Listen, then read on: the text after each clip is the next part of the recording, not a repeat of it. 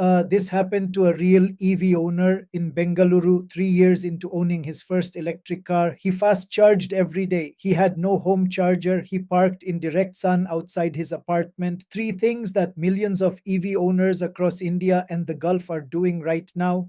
Uh, None of it was reckless. He just did not know what was happening inside that battery while he was living his life. This video is what he needed 3 years ago, and it is built around one question that most EV content never actually answers.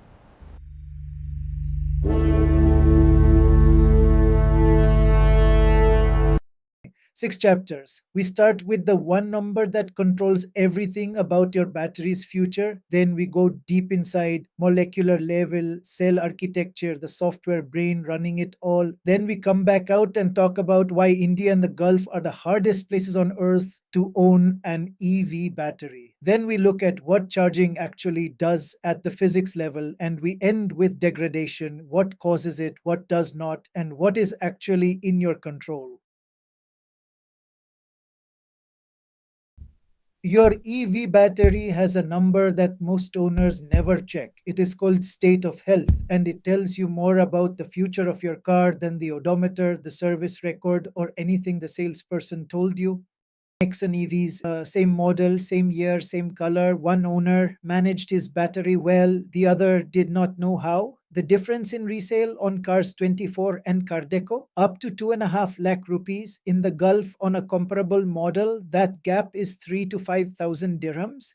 State of health, SOH, is a percentage. 100% when the car is new. It drops with every charge cycle, every hour of heat exposure, every time you push the battery to its extremes, slowly, quietly, invisibly. The average EV owner in India or the Gulf who does not manage this will see 80% state of health by year 4 or 5. An informed owner doing the same kilometers in the same city is typically at 88 to 90% at the same point. That is not a small difference. That is 60 kilometers of range. That is 2 lakh rupees in resale. That is the difference between a battery replacement inside warranty versus a bill that lands entirely on you.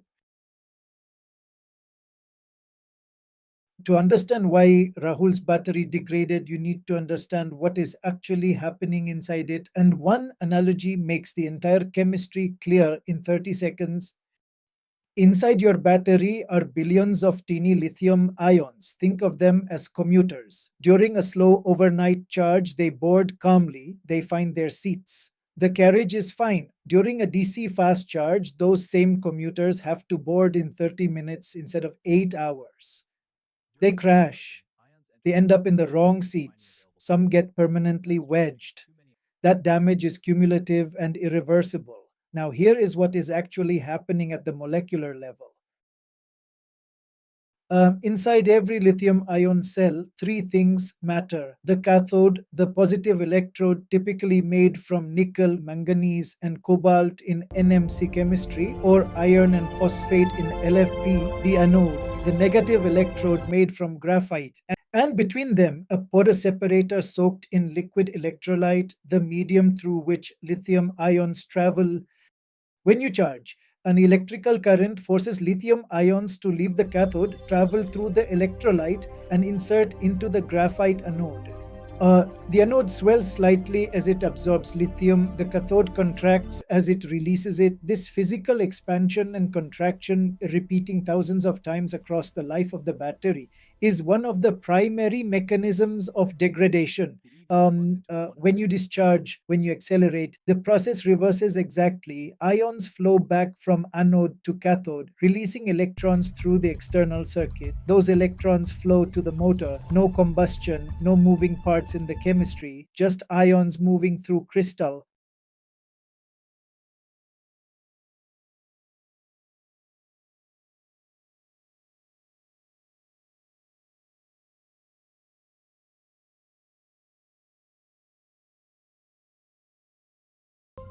The BMS monitors every individual cell in the pack continuously. It tracks voltage at the cell level, temperature at dozens of sensor points across the pack, current flowing in and out of the system, and the precise state of charge of every module. It does all of this simultaneously, hundreds of times per second. Here is something that surprises almost everyone working with battery systems for the first time. Not all cells in a pack perform equally. Even cells made in the same factory on the same day from the same batch of materials drift apart over time. Manufacturing variation is inevitable at nanometer scale. And some cells sit closer to the cooling channels, some sit at the pack edges, make the drift worse. In a series string, the weakest cell sets the limits for the entire pack. Charging must stop when the weakest cell hits its maximum. Discharging must stop when it hits its minimum. Even if every other cell still has significant capacity remaining, the pack is only as strong as its weakest link, literally.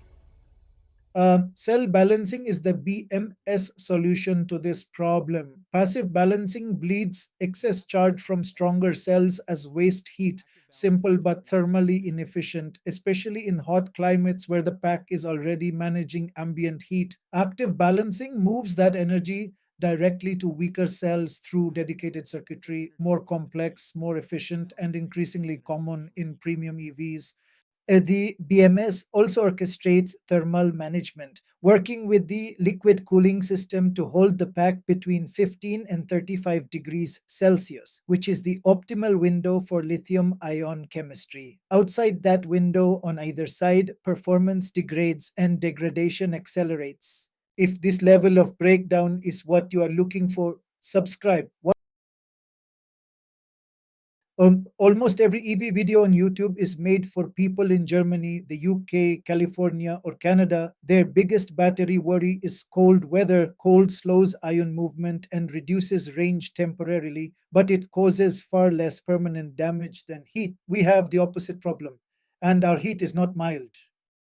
You just saw in chapter 3 how the BMS uses liquid cooling to hold the pack at 15 to 35 degrees. In a Delhi May or a Dubai July, the BMS is not maintaining temperature. It is fighting a constant battle against ambient heat that never stops. And every hour, it loses that battle, even slightly. State of health points that never come back. Fast charging makes this dramatically worse. When you plug into a DC fast charger in Dubai in July, your battery is already at 38 to 42 degrees from ambient. You now know from chapter 2 what happens to ions when they have to move fast in a hot, crowded environment. Fast charging adds 5 to 10 degrees of internal heat on top of ambient. You are loading more commuters into an already overheated train. If you regularly do all three, park outside in summer sun, fast charge in summer afternoons, run full AC in stop and go traffic every day, you are compressing an 8 to 10-year battery life into 4 to 5 years. That is Rahul's story in numbers. When you plug into a charger, whether a level 2 wall box at home or a 350 kilowatt DC fast charger on a highway, the battery does not absorb electricity uniformly. Charging happens in two distinct phases. Understanding these phases explains almost everything about battery degradation and why your charging habits matter as much as they do. Phase 1, constant current. The charger pushes a fixed current into the battery and voltage rises steadily as cells fill. This is the fast window, 10 to 80%. The car is accepting maximum power and the chemistry is in its comfortable range. Phase 2, constant voltage. At approximately 80% state of charge, the battery holds voltage constant and current tapers progressively down to near zero. The battery is self throttling, the chemistry is forcing it, and this is precisely why the last 20% takes almost as long as the first 60%. The reason is the anode. You just saw in chapter 2 how the graphite anode absorbs lithium ions by intercalating them between its layers. At high states of charge, those layers are nearly full, forcing more ions in at high current when there is minimal space. risks a phenomenon called lithium plating.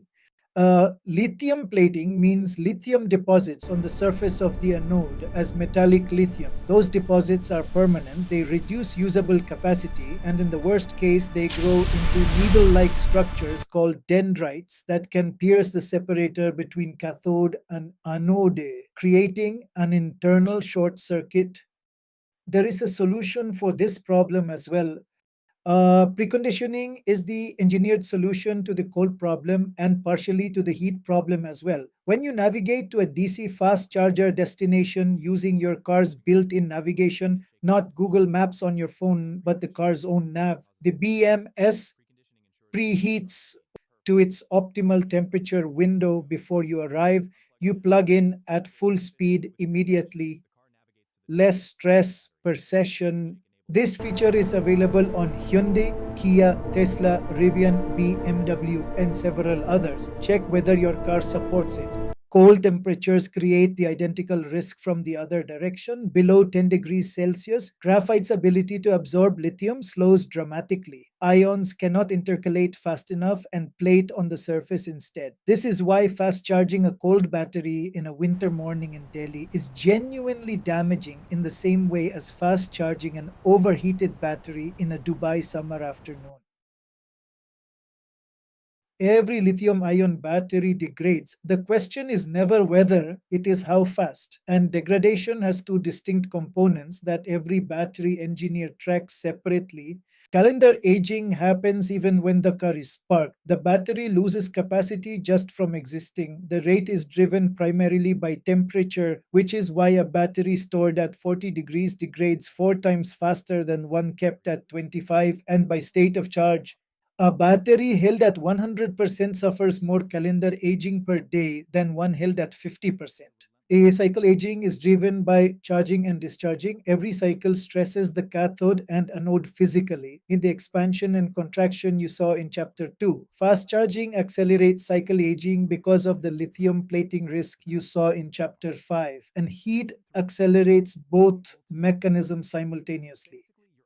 From the calendar aging mechanism, hold daily charge between 20 and 80%. Above 80, the cathode is in a high energy, chemically stressed state. Below 20, the anode risks copper dissolution. The 20 to 80 window is not arbitrary quotient. It is the range where cathode chemistry is most stable, and for long storage above 2 weeks, 50%, which is the chemically neutral point for both electrodes simultaneously.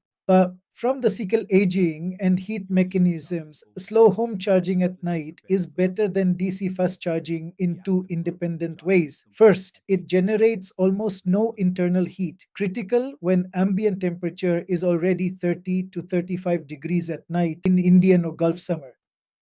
Second, it gives the BMS time to balance every cell across the full charge duration, reducing the cell to cell drift you saw in chapter 3.